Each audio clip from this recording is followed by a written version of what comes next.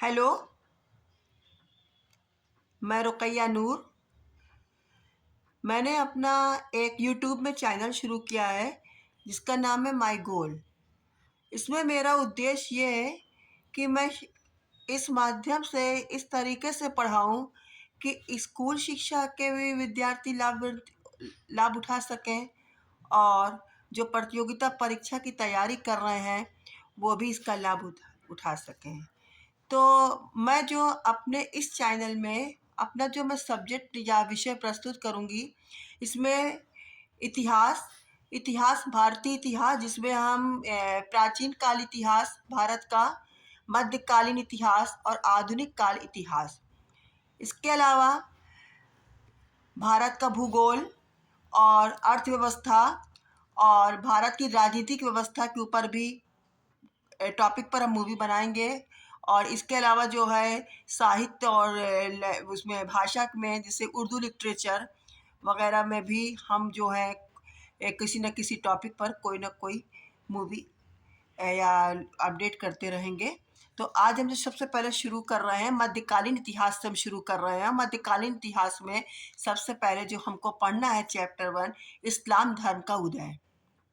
तो इस्लाम धर्म के उदय के बारे में बताने से पहले ये बता दें कि ये इस्लाम धर्म का जो उदय हुआ था वो अरब में हुआ था, और मोहम्मद साहब के जन्म के पहले अरब में की जो दशा थी, इतनी दयनीय दशा थी जिसको आप लोग को बताना ज़रूरी है कि उस वक्त समाज में सब लोग जो हैं शराब नशा वगैरह करते थे, प्लस जो है अपनी बच्चियों को जो है जन्म के बाद फ़ौरन उनको ज़िंदा दफना देते थे, और न जाने कितनी ज़्यादा कुरीतियाँ व्याप्ति, मूर्ति पूजक थे, ये सब व्याप्ति।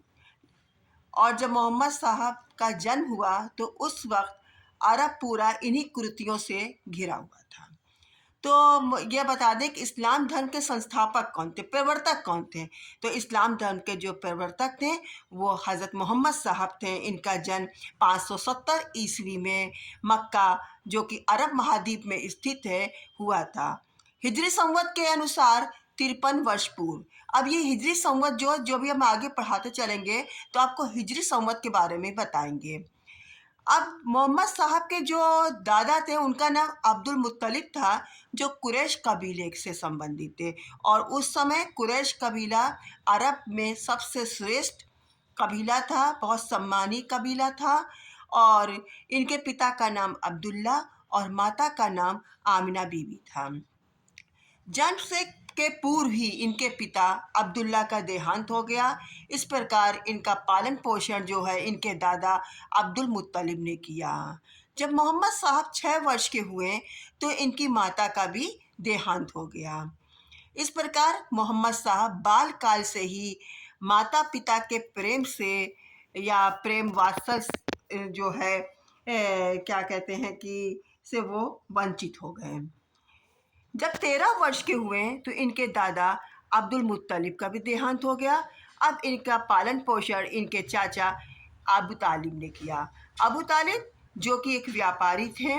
मोहम्मद साहब इनके साथ रहकर व्यापार का अच्छा ज्ञान प्राप्त किया और इन्होंने सीरिया की भी यात्रा की थी। मोहम्मद साहब जब 25 वर्ष के हुए तो इन्होंने एक विधवा स्त्री खदीजा से विवाह किया, और इनसे इनके 2 पुत्र और 4 पुत्रियां उत्पन्न हुई। इनमें जो इनकी पुत्रियों में जो सबसे छोटी पुत्र फातिमा थी, जिनका विवाह मोहम्मद साहब के चाचा अबू तालिब के पुत्र अली से हुआ, और यही हज़रत अली कालांतर में इस्लाम धर्म के चौथे खलीफा हुए। मोहम्मद साहब बाल्यकाल से ही बहुत शांति प्रिय, संयमशील और विचारशील के थे। और जब ये 40 वर्ष के हुए तो मक्का से कुछ दूरी पर हिरा नामक गुफा में ये जो कि क्या कहते हैं, गुफा में ध्यान में लीन थे। तभी इनको ज्ञान या प्रथम संदेश प्राप्त हुआ अल्लाह का, जो कि जिब्राइल के द्वारा प्राप्त हुआ। और पहला संदेश ये था कि मोहम्मद साहब को यही पहला संदेश मिला कि अल्लाह के अतिरिक्त कोई दूसरा, अल्लाह के अलावा कोई दूसरा नहीं है। और मोहम्मद उसके पैगंबर हैं। मोहम्मद साहब ने पहला संदेश जो संदेश प्राप्त हुआ सर्वप्रथम अपनी पत्नी खदीजा को दिया, जो उनकी पहली शिष्या थीं। इस प्रकार मोहम्मद साहब ने काबे में फैली हुई जितनी मूर्ति पूजा की परंपरा की निंदा की। इससे क्या हुआ? इससे उनका खुद का कुरैश कबीला उनसे नाराज हो गया, रुष्ट हो गया, क्योंकि उस समय काबे में स्थित जितनी मूर्तियों का जो संरक्षण का जो भार था, इसी कुरैश कबीले पे था। अतः मोहम्मद साहब और उनके अनुयायियों के दमन के लिए ये कुरैश कबीलों ने के लोगों ने षड्यंत्र रचना शुरू कर दिया। मोहम्मद साहब मजबूर होकर, विवश होकर मक्का छोड़कर मदीना चले आए। कब चले आए? ये देखिए 622 ईस्वी में।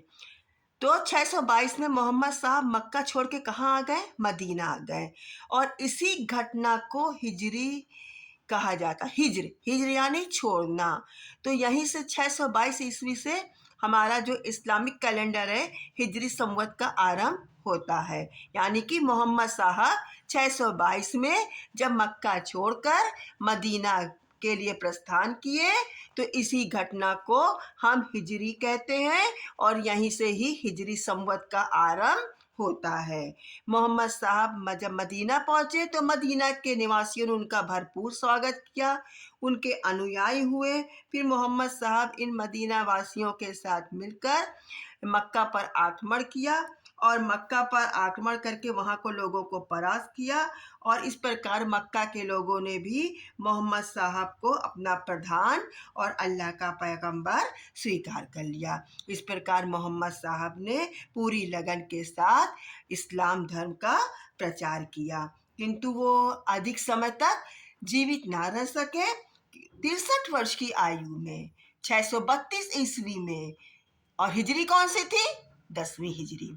यानी देखो 622 से हमारी हिजरी शुरू होती है और 632 में हमारी हिजरी कितनी हो गई? 10वीं हिजरी। यानी कि 63 वर्ष की आयु में 632 ईस्वी में 10वीं हिजरी थी। मोहम्मद साहब का क्या हो गया? देहांत हो गया। अब इस्लाम धर्म के जो अनुयायी होते हैं वो मुसलमान कहलाते हैं, और जो कुरान शरीफ है वो इस्लाम धर्म का पवित्र ग्रंथ है। और इसमें जो कि इसमें ये बताया गया है कि ईश्वर एक है। के अनुसार ये जो ग्रंथ है ये आकाश से पृथ्वी पर उतारा गया है, और इस ग्रंथ के अनुसार ईश्वर एक है, सर्वगुण संपन्न है और उसके अलावा कोई दूसरा ईश्वर नहीं है। ईश्वर एक निराकार है, उसका ना कोई आदि है और ना ही कोई उसका अंत है। और इस्लाम धर्म में के सभी अनुयायियों को समानता का अधिकार प्राप्त है। यानी कि इस्लाम धर्म में ना कोई जाति पात है, ना ही कोई भेदभाव है, ना ही कोई छोटा है और ना ही कोई बड़ा है। एक उदाहरण मैं दे रही हूँ कि जब महमूद गजनवी ने भारत पर आक्रमण किया तो उसका एक गुलाम था जिसका नाम अयाज था। अब बताइए, एक सुल्तान और एक गुलाम। अब आप ये सोचो कि मैं इस सुल्तान और ये अयाज को, क्योंकि उस वक्त तो गुलाम बहुत होते थे, लेकिन ये अयाज का जिक्र क्यों कर रही हूँ? तो महमूद गजनवी जब जमात में यानी जब नमाज के लिए प्रार्थना के लिए मस्जिद में खड़ा था तो उसी के बगल में कौन खड़ा था? अयाज नमाज पढ़ रहा था। यानी कि अगर और कोई वो होता तो ये होता कि नहीं अयाज पीछे जाए, अयाज तो गुलाम है, यहाँ मंत्री लोग आए।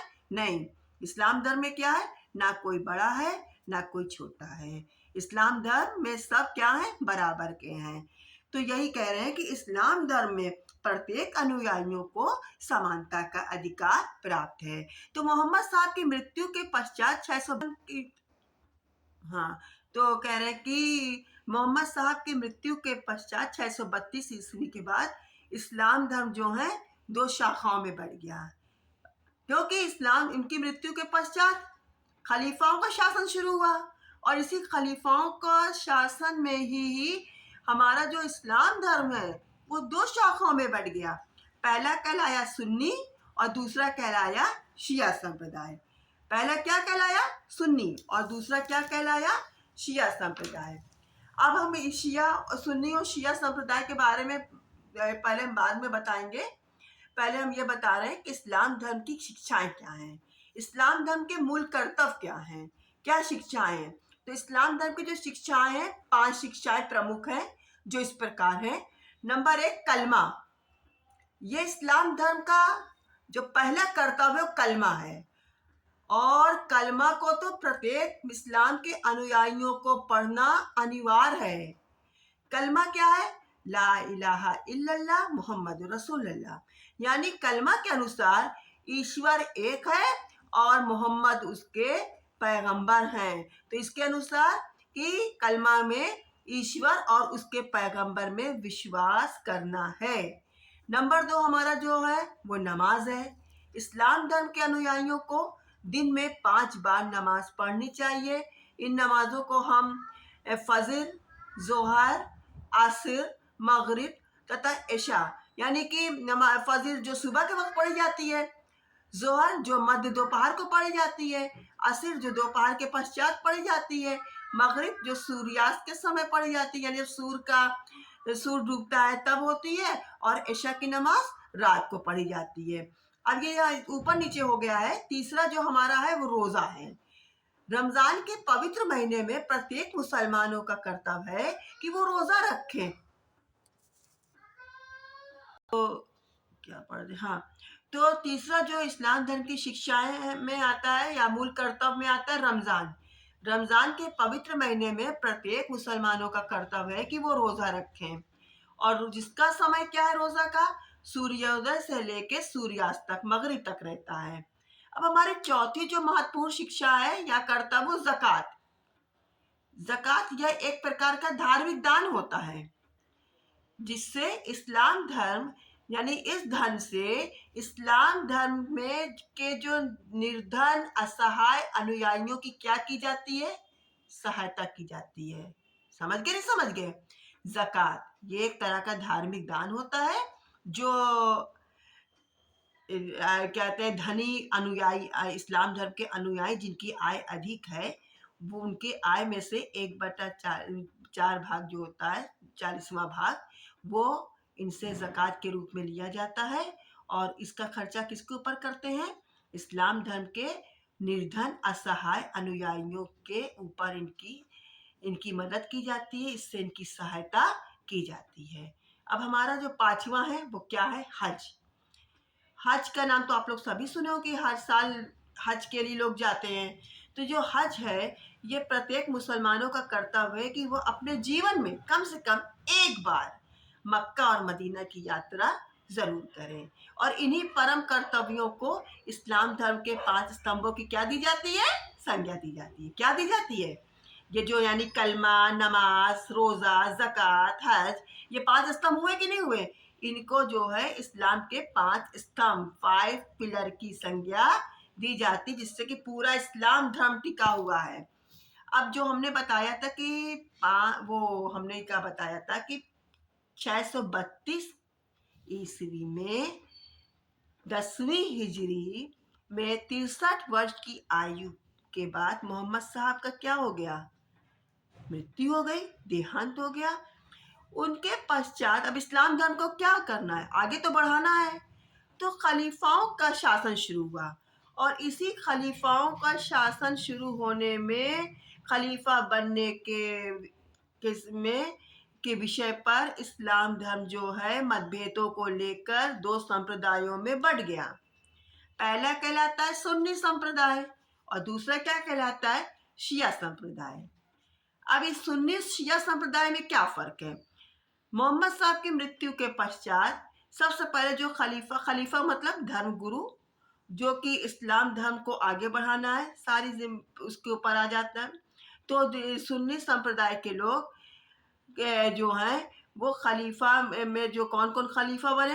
हज़रत अबू बकर, हज़रत खलीफा उमर, खलीफा उस्मान और खलीफा अली, ये चारों खलीफाओं को ये सुन्नी लोग जो हैं, सुन्नी संप्रदाय के लोग, इन्हें जो है मोहम्मद साहब का वास्तविक और नैतिक उत्तराधिकारी के रूप में स्वीकार करते हैं। और ये सभी खलीफा जो किसके द्वारा चुने गए थे? बहुमत के द्वारा।